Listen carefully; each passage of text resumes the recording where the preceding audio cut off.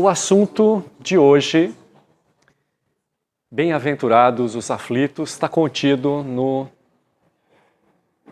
capítulo 5 do Evangelho segundo o Espiritismo. É com esse capítulo que nós iniciamos o aprendizado ou iniciamos nas informações a respeito do Sermão do Monte.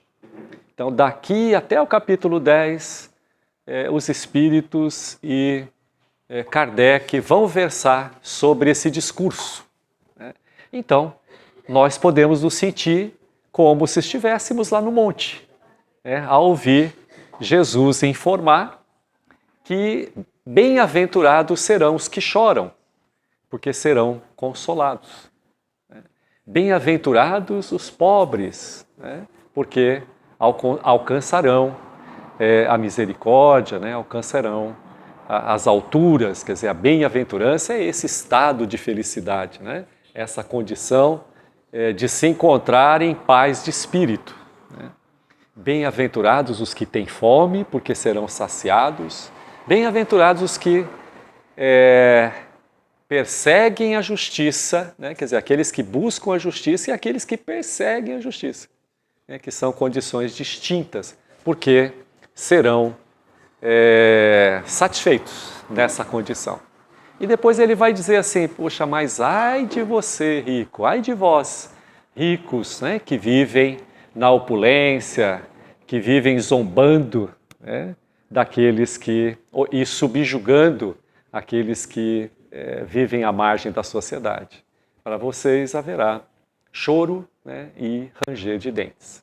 Então é mais ou menos isso que a gente vai encontrar como referência evangélica para a discussão desse capítulo. Tá? A gente tem o choro na nossa condição existencial, um extravasamento de emoções que representam ou eles traduzem tanto alegria como tristeza.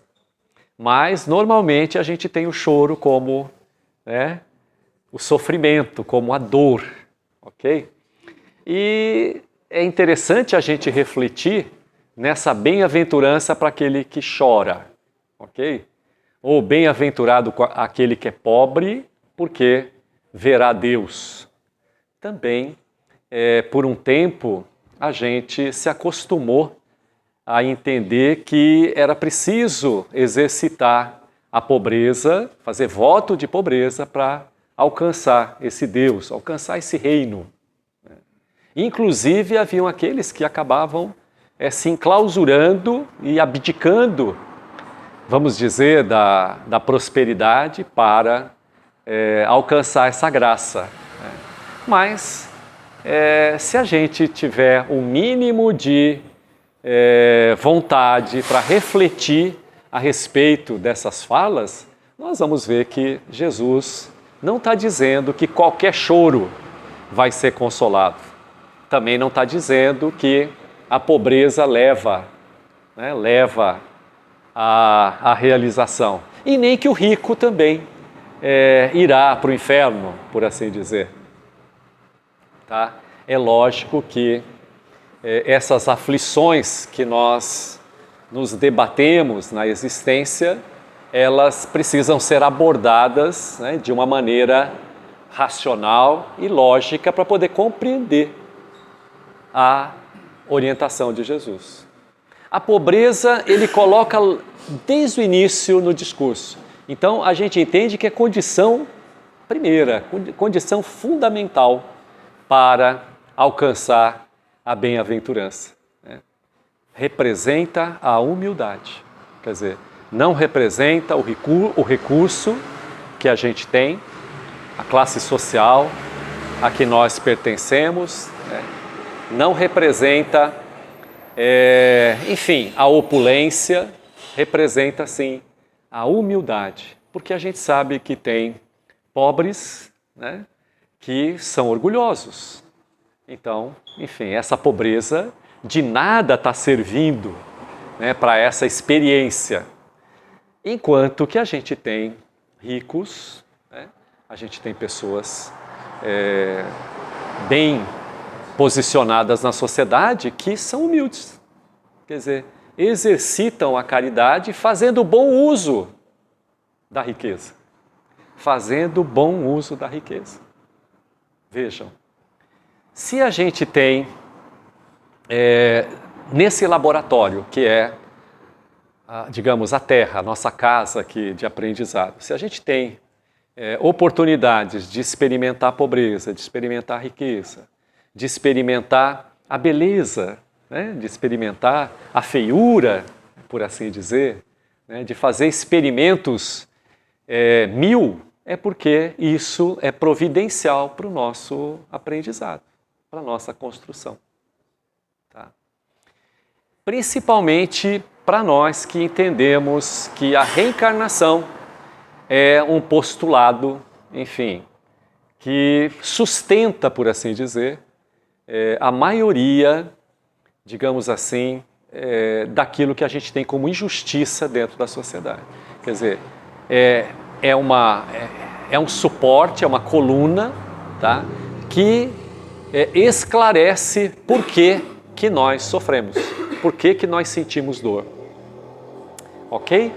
Então, é isso que vai nortear aqui a nossa conversa, e aí, por favor, fiquem à vontade para a gente trocar impressões, se vocês puderem ilustrar, vai ajudar bastante, né? E em cima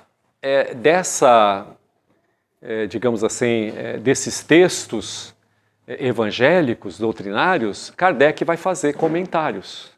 Então ele vai discorrer sobre a justiça das aflições, ele vai discorrer sobre causas anteriores das aflições, sobre causas atuais das aflições, esquecimento do passado, okay? Bastante coisa, gente. Motivos de resignação e o suicídio e a loucura. Então, esses são os itens contidos nesse capítulo que Kardec desenvolve a partir desses textos. E depois, no final, espíritos instrutores vão instruir em cima desse assunto. Tá? Então, assim, a gente poderia perguntar assim, poxa, por que se sofre? Por que a gente sofre? Num primeiro momento, a gente pode dizer, poxa, é para que a gente possa passar por experiências que, digamos, acordem, né, que nos faça acordar para a realidade, por vezes tão, digamos assim, desregrada que nós levamos em torno de prazeres, em torno de busca, de satisfação, né? E, na verdade, acaba se tornando insatisfação, né? Então, eu busco a satisfação, alcanço e já almejo uma nova estação, uma nova satisfação. E eu me torno uma criatura constantemente insatisfeita, né? Se torna um círculo vicioso. Mas aí a gente poderia dizer, puxa, mas quanta gente que a gente observa que não mereceria sofrer. Então, por vezes, eu até analiso e falo, puxa vida, eu estou passando por isso aqui porque, olha, a minha índole não é lá essas coisas, não sou flor que se cheira. Hoje, então, imagina, né, se a gente não tem mesmo, digamos, muitos compromissos assumidos aí. Mas, por vezes, nós vemos pessoas que sofrem muito, quer dizer, passam por dores atrozes, né? E a gente poderia se perguntar, mas isso é justo? Até e pessoas que a gente conhece, que têm uma boa índole, pessoas que estão sempre prontas a, enfim, atender, né, aquele que bate na sua porta. Aí a gente, dentro dessa dúvida, a gente se perguntaria, poxa, mas se Deus é sábio, se Deus é poderoso, se Deus é justo, então há que haver algum motivo para esse sofrimento. Enfim, considerando a divindade, né, com todas as virtudes assim exponenciais, né, da perfeição, a gente não pode imaginar que ele teria se equivocado, né, digamos, em algumas das suas leis, em algo dentro da dinâmica, né, da logística, podemos assim dizer, da criação. Então há que se procurar essas causas. Então, digamos, a lógica, né, e o raciocínio faz com que a gente vá procurar uma causa que possa justificar todas essas situações. Porque, por outro lado, tem pessoas que, poxa, vivem na abundância, tudo dá certo para elas, né? E a gente sabe que vivem conseguindo a prosperidade, o sucesso, espezinhando, né, outras pessoas. E, poxa, parece que os ventos sopram sempre a favor. Então, há que ter uma causa justa para isso, né? Aí um trechinho de Kardec nessa discussão, ou nesse diálogo, assim, um recorte, julgando-os, né, quer dizer, as leis divinas, ou digamos, as providências divinas, suficientemente maduros para compreendê-la, Deus lhes revela completamente a aludida causa através do Espiritismo. Então, nós vamos encontrar alguma explicação. A gente não é obrigado a aceitar, mas vale a pena refletir a respeito. Quando a gente recebe informação de que nós vimos de outras existências. Então, a pré-existência da alma é algo, digamos assim, bastante lógico e bastante racional para a gente começar a compreender essas injustiças que a gente busca, né?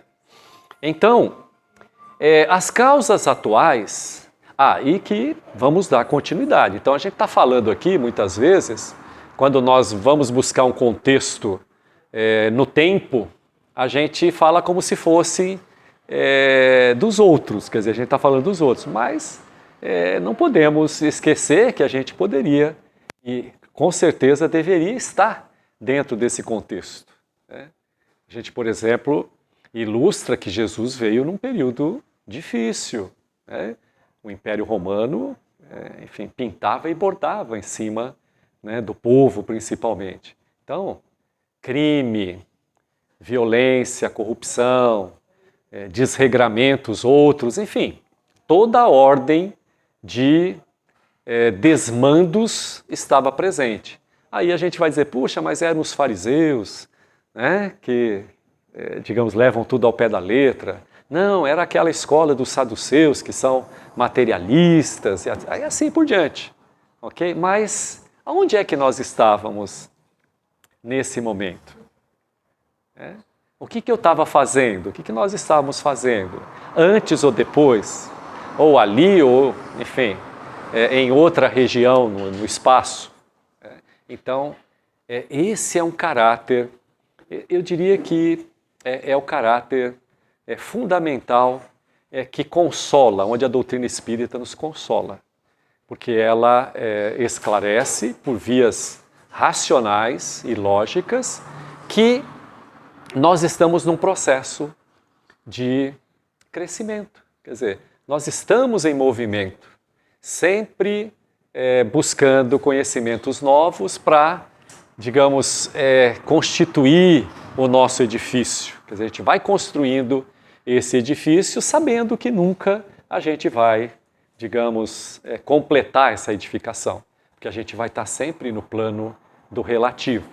E nesse caminho, quer dizer, estaremos sempre andando para frente, ou quando a gente é muito teimoso, a gente dá uma estacionada, quer dizer, voltar não é possível, não faz sentido a gente voltar, porque se fizesse sentido, olha que interessante o raciocínio filosófico, se fizesse sentido a gente retornar, a gente precisaria admitir que a gente pode voltar na condição de um verme. Quer dizer, não tem a menor lógica isso depois desse caminho, né, que a gente percorreu até aqui. Mesmo com tantos desmandos, mas com tantas imperfeições, mas isso não faz nenhum sentido. Então esse um caráter, digamos assim, altamente consolador. Então veja, né? As causas atuais das nossas aflições, eu diria que elas são evitáveis. Então, aquilo que nos aflige hoje é evitável. Quer dizer, nós somos os artífices da nossa felicidade, dessa nossa condução. Tá? As causas anteriores são inevitáveis. Quer dizer, não dá para a gente voltar. Não dá para a gente voltar atrás. Como também não dá para a gente refazer o nosso caminho do berço até aqui. O que a gente pode e deve, né, para evitar sofrimento, é redirecionar. Se somos visitados por muita dor, é preciso refletir. Se isso não é causa do meu desleixo, enfim, a gente vai ver aqui algumas causas muito pontuais que nos levam a essa condição de sofrimento, porque dor não tem como evitar, não tem como a gente se ver livre dela. Agora é preciso que a gente verifique se ela tem uma causa atual ou se ela tem uma causa anterior. Combinado? Então a gente vai dar alguns exemplos aqui. Deixa eu ler um trechinho aqui da informação de Kardec, né? Então, as causas das aflições. Umas têm causa na vida presente, outras fora desta vida. Então, se a gente admitir que a gente tem um passado anterior a essa existência aqui na Terra, ok? A gente, enfim, não vai ter tanta dificuldade para compreender isso, tá? Então, assim, olha, ambição, tá? A ambição, ela é levada normalmente pelo egoísmo. Egoísmo é filho do orgulho, ok? Orgulho é contrário à humildade que a gente citou lá na fala de Jesus. Quer dizer, colocamos na boca dele essa informação. Então, notem, coloca como primeira condição a humildade, né, para que a gente possa combater as nossas imperfeições, quer dizer, redirecionar o nosso caminhar. Imprevidência.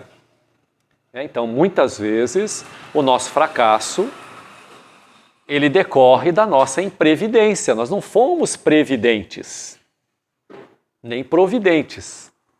Okay? Então, é preciso, claro, a gente não vai aqui ficar ligado no passado e, enfim, ficar atrelado, digamos, às causas materiais, mas a gente precisa ser previdente. Tudo aquilo que colocaram na nossa mão, então, se eu estou aqui nessa condição, é algo útil, né, e suficiente para que eu possa desenvolver meu projeto. A gente combina, a gente faz parte, né, desse planejamento reencarnatório. Então, se é possível construir recursos e, enfim, amontoar recursos, sendo previdente, a gente pode, enfim, evitar derrocadas. Mas isso não é uma garantia. Ok? Quando a gente estiver falando das causas anteriores, enfim, pode ser, né, então, para a gente chegar a fazer aquela balança, ou aquele contraponto com relação àquilo que é anterior e aquilo que é atual. Ok? Falta de ordem. Então, sujeito desorganizado vai sofrer. Não adianta querer colocar a culpa, né, na esposa, no marido. Não. Sujeito desorganizado sofre. Enfim. Então, ele é a causa desse sofrimento. Ele é a própria causa desse sofrimento. Desejo sem limites é aquilo que a gente colocou lá atrás. A minha busca pela satisfação me torna insatisfeito. Tá? A gente passa, né, da medida, não mede, age só pelo instinto, na verdade, pelo subconsciente, que, claro, ele quer fugir da dor e ele quer se aproximar do prazer. Mas é preciso dar ouvido à instância da consciência que, digamos, censora isso. Olha, calma, vai devagar. A gente até tem uns jargões, né? Não vá com tanta sede ao pote, aquela coisa, né? Enfim, e assim por diante. Evitar. Vejam, de novo, a gente busca preocupações. Né? Então, assim, se eu vou construindo fortunas, por exemplo, né?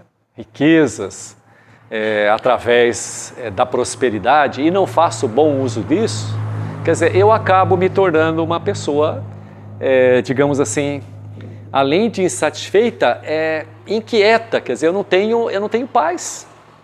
Porque quanto mais a gente está querendo e querendo conservar, e a gente sabe que, enfim, não é possível, a gente sofre, digamos assim, acidentes pelo caminho aí.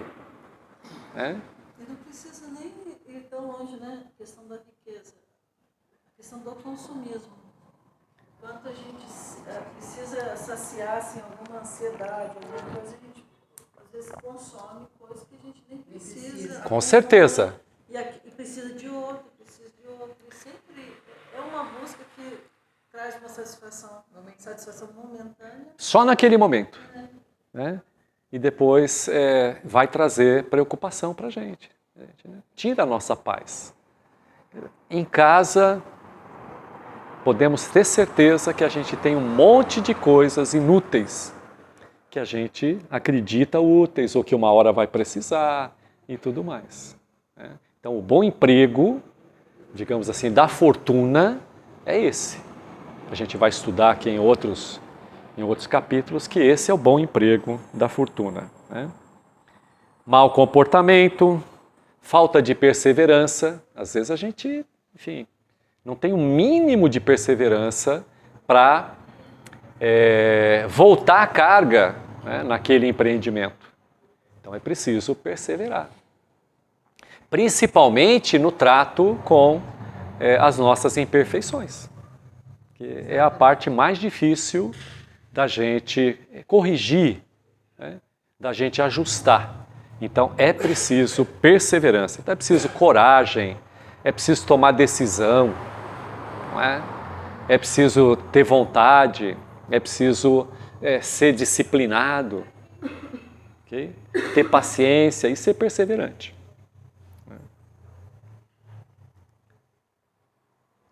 Ok, tem tantas doenças e aflições por excessos de intemperança, melindre. Normalmente, a nossa intemperança é a maior causadora, tá, das nossas patologias aí.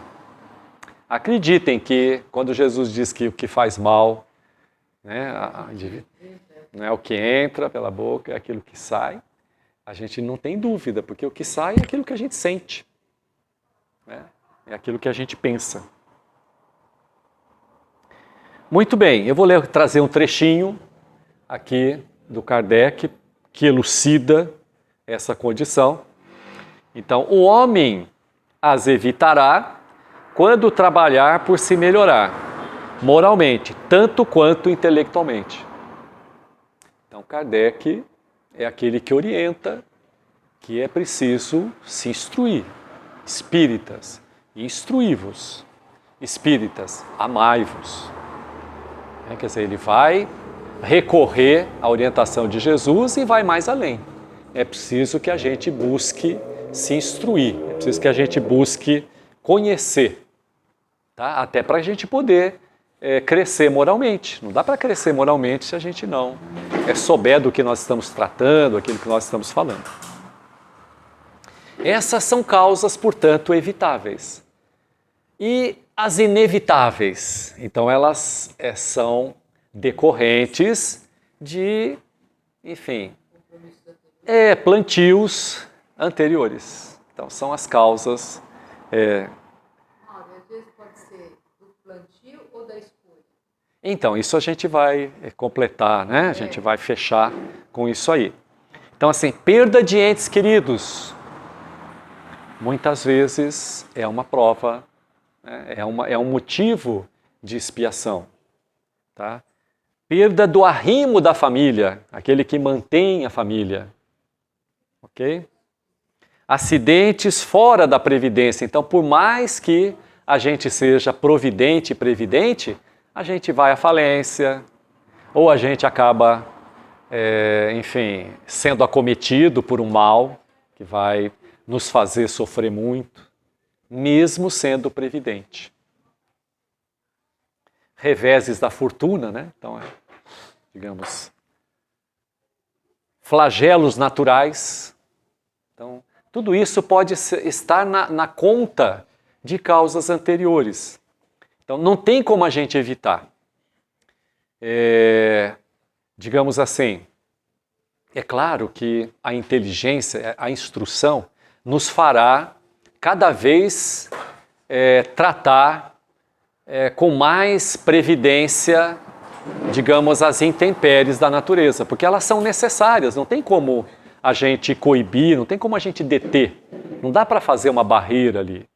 O que nós precisamos aprender é conviver com elas, aceitar, né, essas como leis naturais, por exemplo, a destruição, e, enfim, sofrer menos, né, ser cometidos por menos dor, né. Deformidades, idiotia, quer dizer, tudo isso pode ser decorrente de causas anteriores, ok? Muito bem. E como a Cleo estava colocando para a gente aqui, muitas vezes nós passamos por alguma dor que causa aflição, que causa sofrimento, mas que faz parte do nosso planejamento. Por isso que a gente está num planeta de provas e expiações. Então, as causas anteriores são, digamos, as provas também, mas vamos colocar na conta das aflições. E as provas, quer dizer, entende-se que a gente já está em condições de conviver com aquilo, de administrar aquilo, para poder caminhar mais rápido, por exemplo. Ah, não, eu penso que eu aguento, né? Minha esposa mesmo deve estar nesse, sabe? Não, eu aguento, então ela... E eu sou instrumento, né? Eu sou instrumento da prova dela, né? Mas Jesus diz assim, poxa, é necessário que hajam escândalos, mas ai daquele, né, por quem vem o escândalo. Puxa vida. Percebe? Quando a gente está na ignorância, por vezes, ela é santa, né? Mas quando você começa a compreender e tal, você vê que não tem mais como dar desculpa. Você não tem. Não existe injustiça nem injustiçado, né? Não, existe muita injustiça na Terra, mas não existe nenhum inocente. Essa é a questão. Tá? Mas se não tem injustiçado, então o que está acontecendo com ele não é injustiça. Não tem inocente. Tá? Então o que a pessoa está passando faz parte do planejamento. São causas atuais, quer dizer, do seu desleixo, ok? Ou plantio anterior. E um casal, né, tem filhos, aí não conduz direito os filhos crescem e os filhos são motivo de desgosto, de sofrimento. É causa atual. Ah, sim. Ok. Se ele se desvela, se ele faz tudo, enfim, e mesmo assim os filhos seguem, né, o caminho do pródigo, enfim, é claro que, digamos, eles não têm responsabilidade e isso faz parte, com certeza, né? Tipo, eu quero que ele venha no seio da minha família, eu quero colaborar, eu quero ajudá-lo, tá? E por vezes não consegue. Não, nesse caso, aí ele vem, você escolhe que ele venha, você dá de tudo, mas ele desvia. Aí é uma coisa de prova. Mas quando ele vem para você e você não cuidou direito da moralidade dele, tudo, você Você está causando aqui, você está plantando agora. Ok? Eu vejo muita beleza nisso que fala, principalmente como Deus tem essa forma, né, de administrar o universo como um homem, sendo o universo em si e suas leis. E essa lei de causa e efeito, ela me chamou muita atenção, porque às vezes eu falo, nossa, esse Deus ele tem tanto trabalho, né? E eu aqui brincando um pouco, se Deus mal dou conta de mim mesmo, só que essa lei de causa e efeito também, eu vejo que a consciência para interpretar ela é muito importante. Porque o dogma fala muito a culpa, eterna culpa, a minha culpa, não olho para esse lugar. E as religiões ou... A responsabilidade vem da consciência. Um indígena, um aborígene, ele não pode se responsabilizar, né, por... sobre aquilo que ele não tem consciência, né? E mesmo as religiões que tratam de reencarnação, as doutrinas como o budismo e outras, onde eu acredito, né? De tomar cuidado para não entrar no lugar do vitimismo. Ai, mas eu fui na vida inteira. Como eu sou hoje, está dizendo o que eu fiz ontem. A causa tem efeito, tem a lei do karma, tem esse funcionamento. Agora eu vejo que é possível operar sobre a causa. Claro. O efeito. Claro. Eu vejo que é a sacada da história, né? Sim. Como eu faço isso? Eu mudo minha forma de vibrar. Isso. Essa é a realidade. Então é nisso que eu acredito, né? Esse desvio eu trago para... Bota lá o Waze, né, no Google, tal. Enfim, aí a gente não vive se perdendo por aí. Vai na palestra. Ontem a gente assistiu um café filosófico numa turma de filosofia espírita, aonde um estudioso, né, da astrofísica, ele está se doutorando e também aluno do curso de filosofia, ele fez uma apresentação colocando o cosmos na criação divina. Então, assim, através daquilo que a gente conhece hoje, dados positivos, dados, enfim, da ciência, que comprovam essa grandeza, desse universo, quer dizer, da obra da criação. E ainda em expansão, onde a gente não sabe, né, enfim, aonde vai chegar, enfim, ou se é que chega, ok? Digamos, para nos colocar no nosso lugar. Quer dizer, para a gente refletir o que a divindade espera de nós com toda essa imensidade, ou essa imensidão. O acaso poderia, né? Primeiro, o acaso poderia ter construído isso? Claro que não. Claro que não. Inclusive, a nossa mente, quer dizer, construído, digamos, um processo onde nós hoje, enfim, fazemos maravilhas. Nós, né? Por exemplo, a inteligência artificial. Né? Vamos começar uma nova turma em agosto. Aonde, quando, que horas? Lá no Jefa, Grupo Espírita Francisco de Assis, fica na Antônio de Moraes. Travessa do Banhado. Isso, uma travessa. Vindo da Humaitá, mão, 44. Às terças-feiras, 19h15. Tá? A gente está aceitando. À tarde tem esse no Ismael que está em andamento, mas, por favor, a gente está... É só, digamos, seguir a Cristina. Não, no Ismael. O da tarde é lá no satélite. E o do Ismael terminou ontem. Foi a última aula ontem, por isso que a gente vai estar começando um outro na terça-feira. Esse curso, fazer um parênteses aqui, porque é importante. Depois eu vou mandar o convite para a Cléo e ela vai divulgar para vocês, vai também afixar aqui no quadro. É um curso de 2 anos, com aulas semanais de 2 horas, então 19h15 até 21h15, aonde a gente trabalha durante o primeiro ano a filosofia tradicional. Então, num primeiro momento, a gente estuda os principais filósofos, né, quer dizer, a história da filosofia e os principais filósofos. No segundo momento, a gente estuda os temas da filosofia tradicional. Mas a gente fala da escola pré-socrática, tudo isso? Isso tudo no primeiro momento.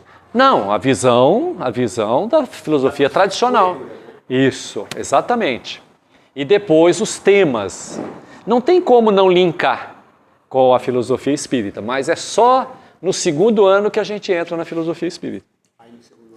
Aí tem a filosofia espírita e depois, digamos, metade do segundo ano, né, o terceiro quarto é a filosofia espírita e o quarto é religiões e filosofias. Então a gente vai estudar como pensam os nossos irmãos, né, tanto cristãos como não cristãos, o pessoal do Oriente, aquela coisa toda. A última vez que eu encontrei você na Colmeia, eu perguntei para os dirigentes da curso.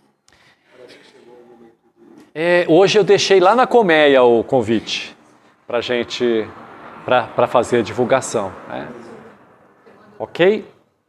Então, essas aflições, elas são meio de progresso. Quer dizer, são instrumentos para o nosso crescimento, né? Principalmente quando nos adverte da nossa condução moral. Você está dando um toque para mim? Desculpa. É que a minha acuidade visual não é lá grande coisa, né? Mas aí eu pensei que você estava dando um toque, sei lá. De repente está abrindo aqui, sabe que nessa idade aqui, complicado, né? Legal, né? Então, faz sentir a diferença entre o bem e o mal, né? Não esse maniqueísmo que faz parte aí, que permeia a sociedade, né? Esse é bom, aquele é ruim, não. É perceber que o caminho do meio, ele é mais seguro para a gente caminhar. Quer dizer, sofreremos poucos acidentes. Então, por vezes, caminhar na falta ou no excesso vai provocar mais dor, mais aflição. Ok? São 20h15. Você quer mais um pouquinho? Na hora que terminar, eles dão um toque para você. O pessoal. Do passe. Cada lugar É um jeito. lá no Paulo de Tarso me assusta, porque eles vêm com sininho e vêm... Nossa Senhora! Quanto mais aparece boa, mais a gente estende. Essa é uma pergunta, se é possível, mas qual é a tua definição sobre a consciência? O que é a consciência humana? Então, enfim, a consciência, ela está onde? Né? Vamos dizer assim, até onde a gente tem estudos, né? Eu não sou conhecedor. A gente só investiga, né, diante dessas perguntas que surgem na nossa mente. A consciência, quer dizer, ela substantivada é uma instância aonde eu tenho, né, uma instância subconsciente. O Freud vai dizer que é ela que nos dirige. Então nós achamos que somos dirigidos pelo consciente, mas nós somos muito mais conduzidos pelo inconsciente. E a gente tem essa instância consciente, que é aqui, o presente, aquilo que nós estamos fazendo aqui. Vamos colocar o inconsciente no passado. Uma das minhas formações é a psicanálise, e eu vejo que isso é desde uma abordagem psicológica. Eu pergunto desde a consciência, da abordagem espiritual.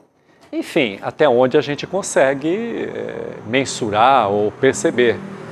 E aí o superconsciente é um sensor. Então ele é a instância dos ideais, a instância, digamos, aquela que sensora, digamos, as pulsões. O Freud chamou de pulsão. Tá? Claro que o Jung veio depois, discípulo do Freud, e acabou aprimorando isso, desenvolvendo isso. Então o que a gente tem? Tanto é que se usa um iceberg para representar a consciência substantivada. Então você vê uma parte pequenininha, consciente, e uma outra parte toda submersa, né? Então assim, e essa consciência, ela não está no meu cérebro, ela não está no meu corpo. Então essa consciência é um órgão do espírito, eu diria, assim, na abordagem que você pede, tá? Então, esse inconsciente é todo um arcabouço da minha construção até aqui. Então, tem coisas que são recentes, estão na superfície, eu consigo até acessar. Outras estão muito profundas, então eu não consigo acessar.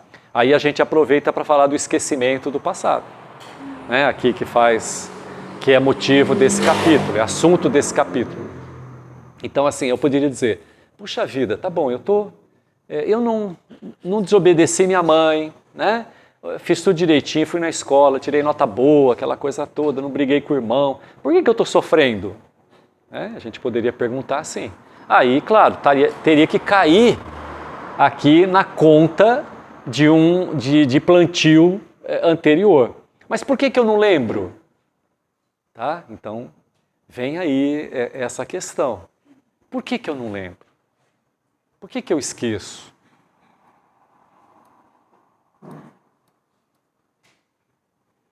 Se você se lembrasse que numa outra existência eu acabei com a sua família, tá? Quer dizer, eu levei a sua família à falência, prejudiquei toda a sua família, arruinei a sua família. Como é que hoje você estaria me vendo, ou como é que você estaria lidando com isso? A minha mãe teria me afogado no nascimento, se ela lembrasse. Quer dizer, se fosse ela, digamos, a prejudicada, não, já vou resolver aqui. Matar no ninho. Né? Então, notem, é providencial esquecer o passado. Porque isso possibilita que a gente esteja aqui, ó, se reunindo e vai saber lá, né, quanto eu prejudiquei um de vocês e tal, enfim. Então, assim, aquele prejudicado, ele acabaria exaltando o orgulho dele. Né? Quer dizer, eu sou vítima aqui. E o contrário, né, humilharia o réu. Que possibilidade ele teria de refazer isso? Então, por isso que eu não tenho claras lembranças do passado. Tá? Quer dizer, a gente com certeza, hoje a gente tem instrumentos para isso, tá? Mas à medida que a gente for se desenvolvendo e instruindo, a gente vai encontrar cada vez mais ferramentas para... o Platão. O Platão que vai construir uma alegoria, né, colocando esse Hades, né? Quer dizer, o Hades é o mundo dos mortos, lá no período anterior a Cristo, para esses pensadores. E ele vai dizer que espíritos vão para lá e depois de lá eles são triados, né, feita uma triagem, e existe uma passagem que liga o Hades à Terra e uma outra ao contrário. Então, um certo soldado, dado como morto, foi levado para lá, só que ele não estava morto. E aí, sendo tratado, ele foi destinado a contar, né, isso que o Platão está narrando, essa alegoria que o Platão está narrando. Então ele vai descrever tudo isso que a gente está colocando e, enfim, claro, se ele foi prudente ou se ele foi imprudente, a consequência vai ser relativa. Quando ele vem para a Terra, né, para o mundo sensível, que o Platão chama, então, ele vai passar por um rio que é chamado Rio Lete. Né? Esse Rio Lete quer dizer esquecimento. Então, se ele beber pouca água, ele vai esquecer pouco. Se ele beber muita água, ele vai esquecer bastante. Gente, Platão viveu no século IV a.C., do século IV para o século III.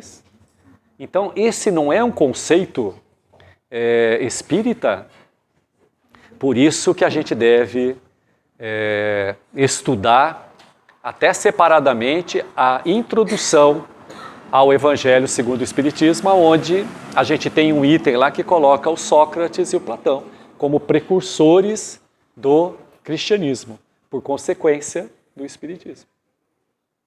Então é providencial que a gente esqueça. Tá? E motivos de resignação.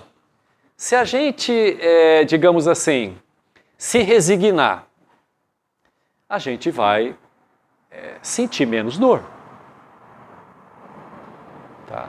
Se a gente se revoltar e não se resignar, a gente vai sentir mais dor.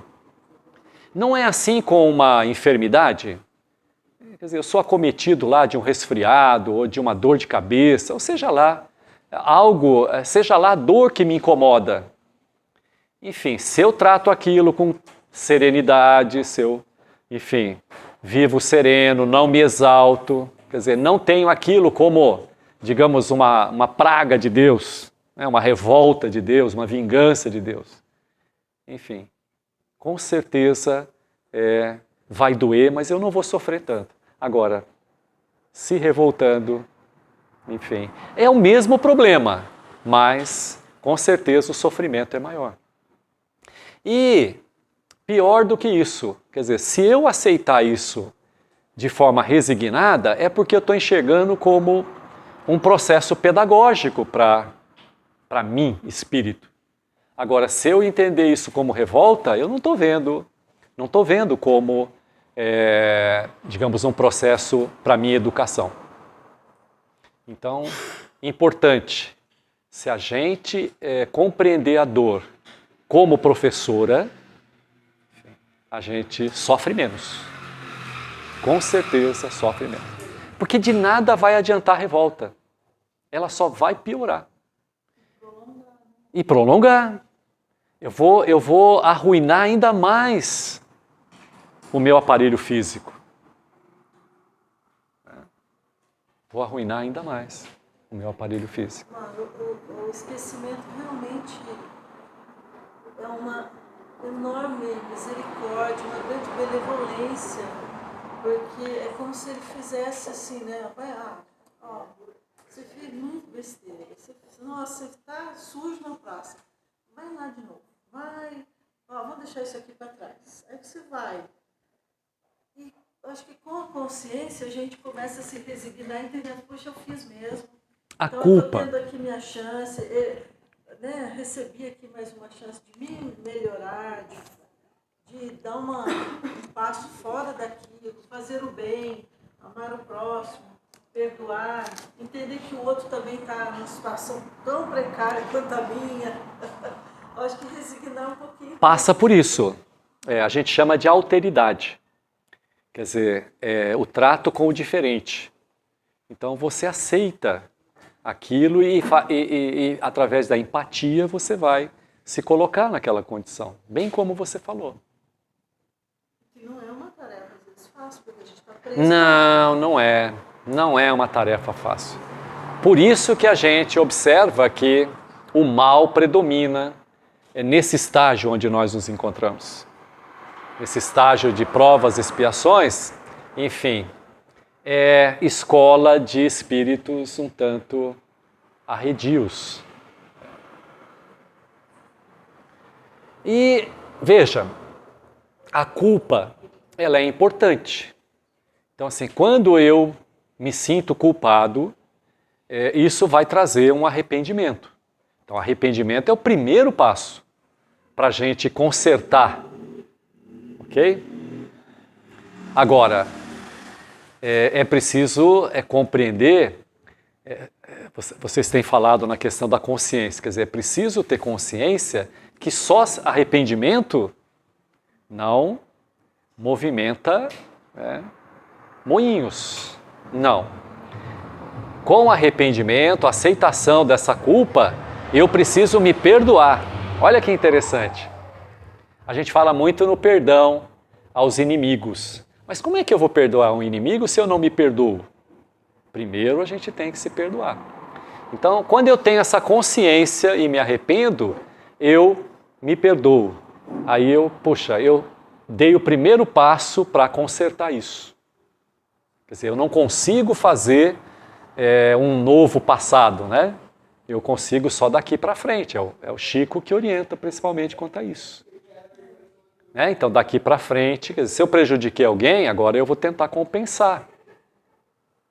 Se eu sacrifiquei alguém, enfim, seja lá aquilo que a gente tenha cometido, é importante que a gente procure consertar. Não é assim com as dívidas que a gente faz?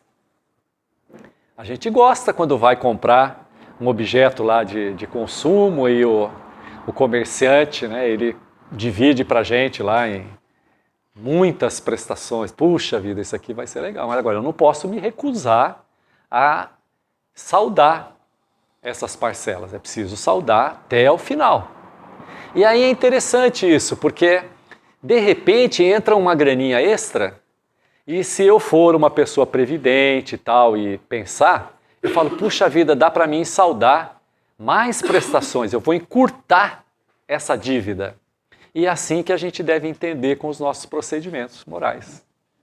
Então eu tenho lá o meu planejamento, né, de execução, mas se eu me esforçar, eu posso adiantar isso, eu posso encurtar esse caminho, né, que me separa de um estado relativo de perfeição. Dá para compreender? Dá para a gente refletir sobre isso? E os espíritos vão... O Kardec ainda vai comentar sobre a questão da loucura, do suicídio, que muitas vezes, né, nos leva a esses pensamentos e, por vezes, ao ato. A gente tem aí números na sociedade que preocupam, ok? Por falta dessa compreensão.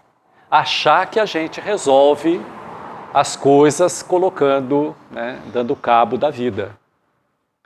E também, por vezes, essa não aceitação, essa renitência e persistência no caminho indesejado pode nos levar a desequilíbrio mental.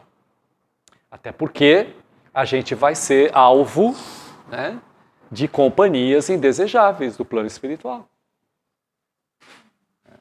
Então, a nossa companhia, ela, digamos assim, está alinhada com o meu caráter.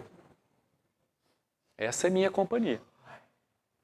Então, se a gente não andar no caminho, digamos, para alcançar a porta estreita, a gente está sujeito a ter esse tipo de companhia. Vai formando uma turminha, né? Vai formar a turminha, vai formando. Isso, vai formando a turminha. E eles vão, enfim, ficar muito felizes com o nosso comportamento, não é? Aí a gente corre para o centro espírita, a gente vai correr para... Ai, dirigente, dá aí um jeito aí, enfim. Tem uns irmãozinhos aí, olha só, a gente chega a ter uns irmãozinhos aí. Enfim, mas pô, para de chamar, não é? Quer dizer, que a gente pare de chamar, que a gente só aceite boas companhias espirituais. É? Mas isso já implica na nossa ação, nossa pequena ação de todo dia, né? Que é ao acordar, buscar uma conexão, fazer uma oração, pedir uma força, pedir uma boa companhia. Sabe, se tentar se conectar, falar, estou aqui, dá uma mão, me ajuda. Opa! Eu estou perturbado. Ok, é isso mesmo. Pedir, fazer essa conexão, porque você melhora o seu campo de Claro, força, claro. jeito, né? Porque a gente tem nossos mentores. Começa que, quando desse planejamento, é designado um espírito para nos orientar. E ele é superior a nós. Senão ele não seria guia. Senão ele não seria um mentor, um anjo da guarda. Claro, por vezes é um pouquinho superior. Né? Aquilo que a gente merece. Mas ele também não é babá. Ele não vai ficar ali o tempo... Olha, eu estou aqui. É como você colocou. Eu estou aqui, o que você precisar, me procura. Ganhar na loteria... Ah, não, isso aí não consigo.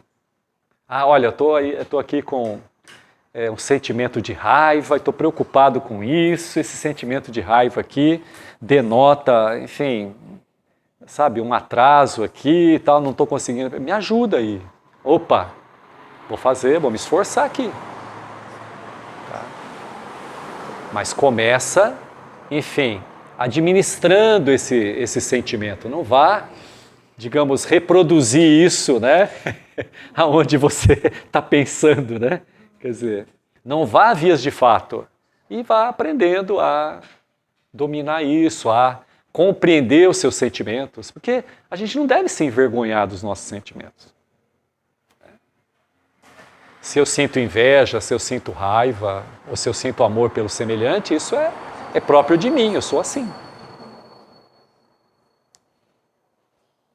Ah, opa, que bom.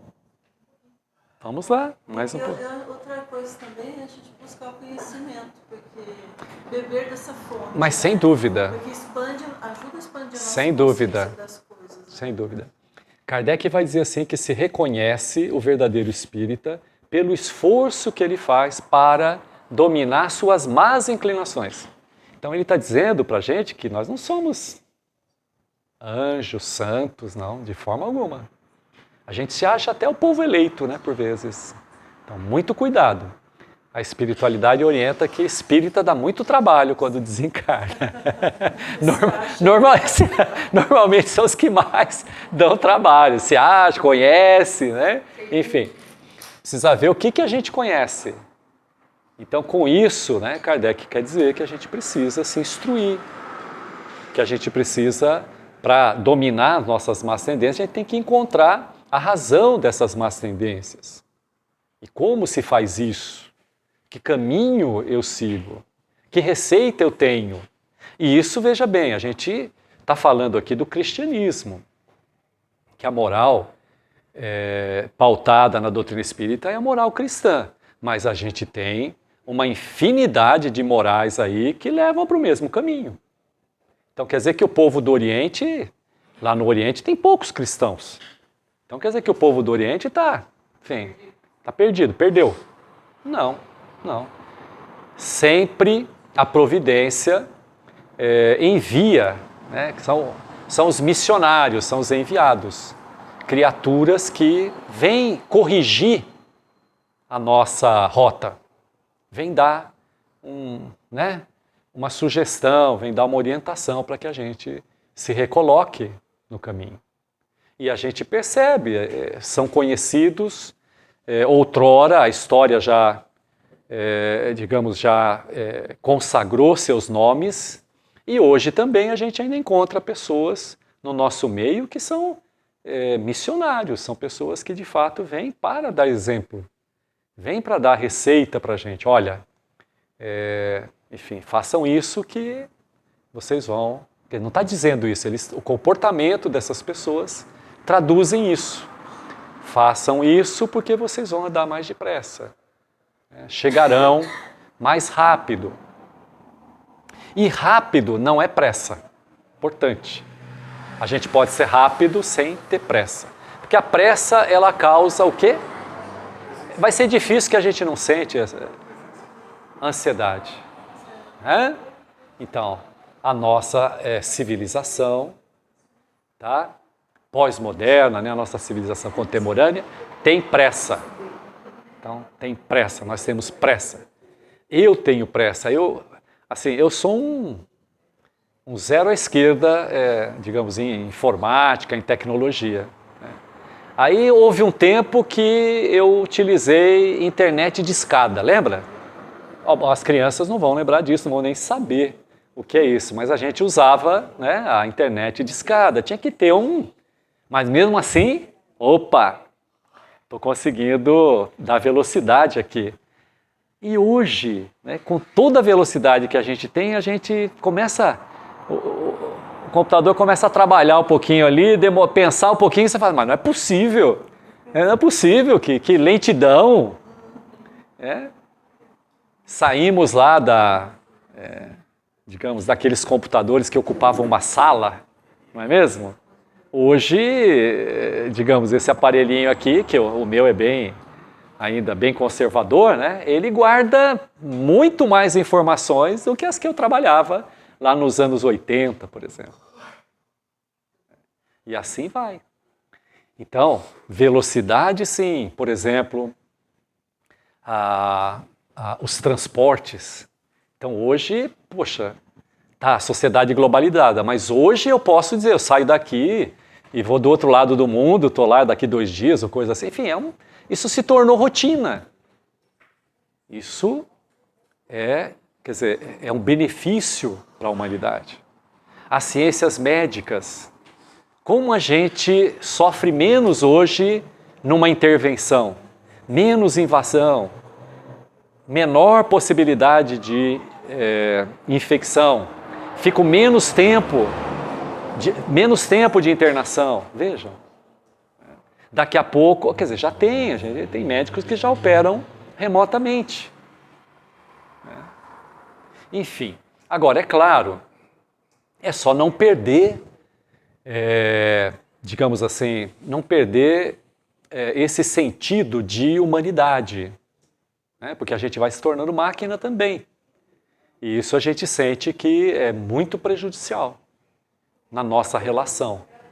Quer dizer, nos tornamos muito mais práticos, portanto utilitários, e menos, né, afetivos.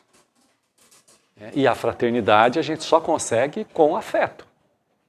Solidariedade é uma coisa, a gente vai prestar solidariedade e qualquer um presta, mesmo sem conhecer. Agora, a fraternidade é preciso que a gente sinta isso no coração. Uma conexão, que a gente goste de gente, goste do outro, da outra.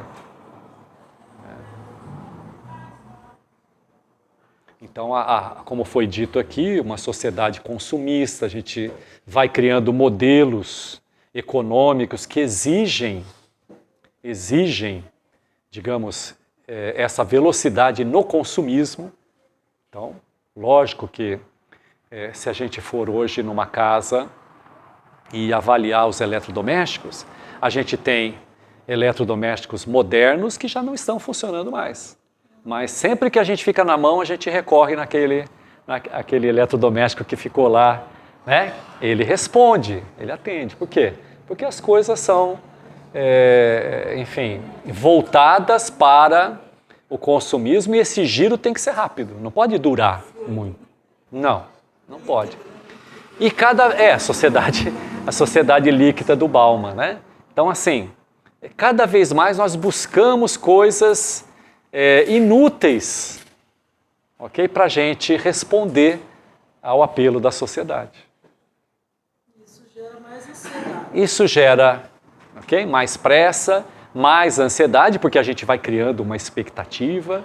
E sempre que se cria expectativa, a gente cria pensando alcançar, mas a gente nunca coloca que, olha, isso é uma expectativa, tem um planejamento, pode ser por esse caminho, mas eu preciso, de repente, replanejar e coisas desse tipo, preciso voltar. Não, a gente fala, não, eu vou fazer isso e vou conseguir. Aí a frustração é certa, vai causar ansiedade e eu vou sofrer. E a gente sofre. A sociedade hoje é ansiosa, né? A sociedade sofre construindo o seu instrumento de sofrimento. Claro, tem pobreza, a gente sabe que tem muita necessidade, né, a ser atendida. Agora, eu penso que a maioria dos nossos incômodos são causados por nós mesmos. As nossas inquietações de colocar a cabeça no travesseiro e, por vezes, não conseguir relaxar e tal, é porque a gente está preso a algo que a gente pensa que é o fim. Que aquele é o fim da minha existência, é a finalidade da minha existência. E a gente sabe que não é. Não é. E os espíritos vêm nos contar isso. Olha, gente, olha que maravilha. Olha o consolo que Jesus promete aí. Não é colo, né? Não. É essas informações que os espíritos vêm contar para a gente. Olha, nós estivemos aí e hoje nós estamos aqui. Analisa a minha situação. Olha, e aí você verifica lá, eu fui fulano de tal, fulana de tal. Okay. O Evangelho tem situações de espírito dando depoimento. Principalmente no céu e inferno. Principalmente lá no 4º livro da codificação. Tem toda uma parte, acho que tem 60, mais de 60, não sei se 63, relatos de espíritos bem esclarecidos, de espíritos que sofrem, mas tudo dando orientação. Tudo dando orientação.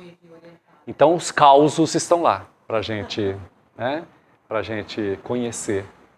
Na literatura espírita tem muitos causos, né? Que a pessoa conta, aquele tempo, eu estava lá, eu era um soldado romano. Então, são os espíritos que vêm contar.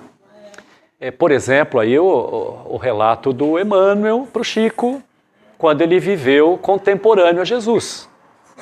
Imperador, ok?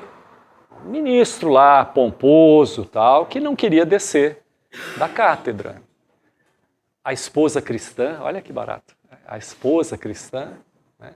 Enfim, que até trocou a vida com a serva, tá? Mas ele, na sua arrogância, no seu orgulho, ele, enfim, perdeu algumas oportunidades. E ele vem contar isso pra gente. Vem contar.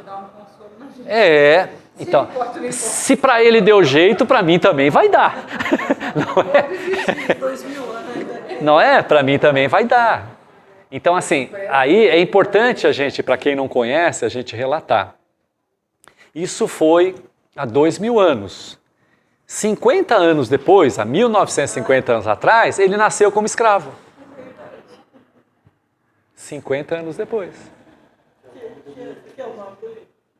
Isso, há 2000 anos é o nome dele contemporâneo a Jesus e 50 anos depois é o relato dele como escravo. Públio Lentulus, lá no Império Romano, Nestório como escravo. Depois ele vai reencarnar como padres, né, na Espanha e no Brasil, que a gente tem, né?